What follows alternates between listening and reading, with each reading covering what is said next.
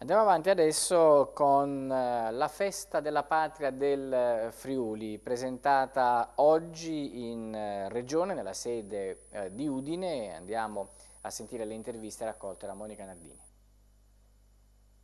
La scelta rispetta la rotazione che vediamo ormai da numerosi anni e che vede protagoniste le ex province, quindi Pordenone, Udine e Gorizia, appunto a rotazione. In questo caso appunto c'è Vitodasio e Vitodasio tra l'altro è un comune simbolo in questo momento proprio perché è un comune molto esteso, un comune della fascia montana e crediamo di rappresentare al meglio il Friuli proprio facendo ospitare la festa della patria del Friuli in questa realtà che ha notevoli caratteristiche e anche una notevole estensione, anche di cultura e anche di identità.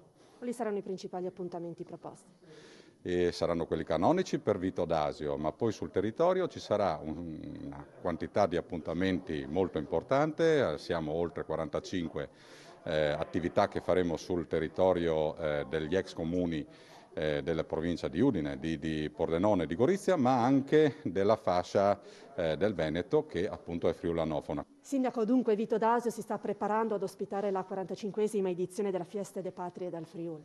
Sì, è una scommessa che ci rende molto felici e molto anche in ansia fino a domenica, perché stiamo lavorando, c'è una bella equipe che sta lavorando per essere pronti.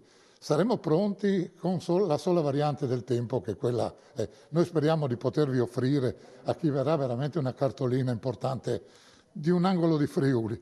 Ecco, approfitto anche di questa occasione per invitare i friulani, no, gli abitanti del Friuli, non solo i friulani, a visitare la propria regione.